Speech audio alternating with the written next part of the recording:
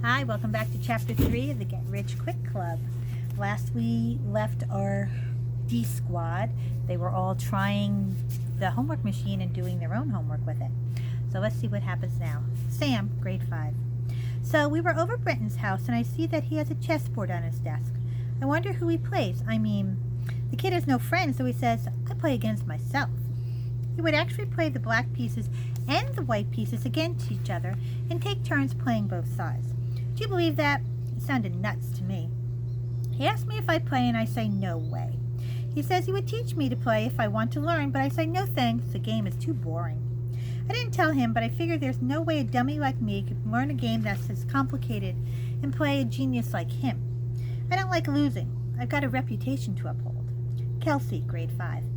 We went over Brenton's house to do our homework the next day too, and after a while we were going over there every day. Brenton's mom, I was so pleased that Brenton was forming this small group of friends. Finally! The kids always kept the door closed. I assumed they were doing their homework together and they needed to concentrate. I didn't ask a lot of questions. I was just happy that Brenton was beginning to fit in. Brenton, grade 5. While we waited for the pages to come out of the printer, Snick kept looking over at my chessboard. I remember how he showed so much enthusiasm when we were building catapults in class in October, and he was always talking about his dad in the military and war and things like that. So I said, well, chess is essentially a visual simulation of war. He seemed to be unaware of that. He thought it was a slow, boring game for eggheads. I explained to him that when you play chess, you're like a general with a whole army of all kinds of soldiers at your command. It's not at all like checkers, where you just jump over the enemy. In chess, you get to attack and destroy the enemy. You try to hunt down and trap the opposing king and making sure your own king is safe. It's actually very exciting. I showed him how the various pieces moved, how the bishops slash across the board and kill, how the queen can do just about anything and is all-powerful. But the king is very limited and must be protected. How the pawns are your foot soldiers on the front line to protect the more powerful pieces and sometimes must be sacrificed for the greater good. I believe he was intrigued. Judy, grade 5. I don't remember whose idea it was, but somebody said we needed a nickname for the homework machine. We needed a code name so we wouldn't have to say the homework machine out loud in front of other people. I wanted to call it Doris myself. Snick said that homework machine wasn't a girl. We had this big argument about whether or not a boy's computer had to have a boy's name or not.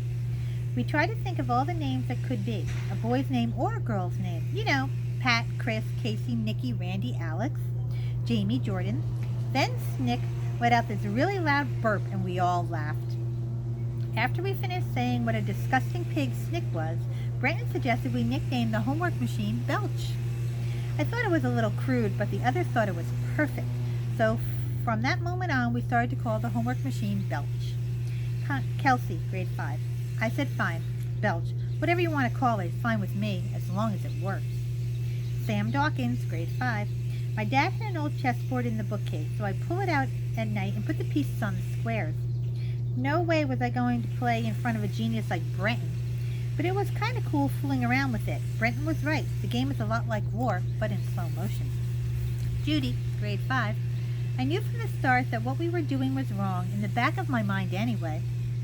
There was no question about that. I should have stopped everything before it even got started.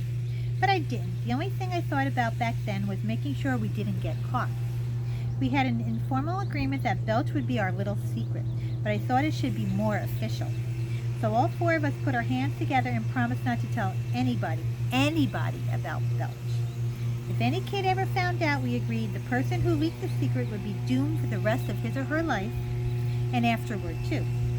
They would live in a horrible, unhappy existence, and they'd get straight F's on their report cards and never go to college, and all their pets would get run over by SUVs.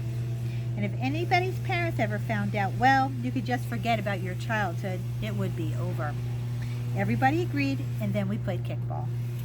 Miss R, grade 5 teacher.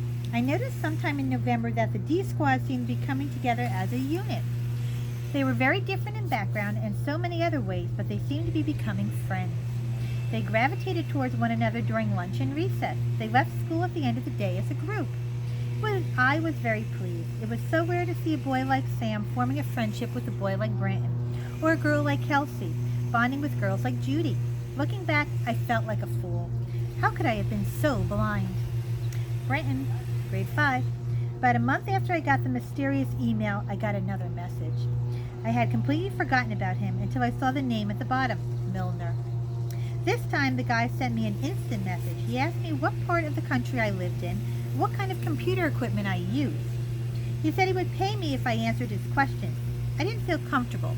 I probably should have told my parents, but I didn't particularly want them to know about Belch. I changed my screen name and email address. That's the end of Chapter 3. Join me next time for Chapter 4. Have a good day.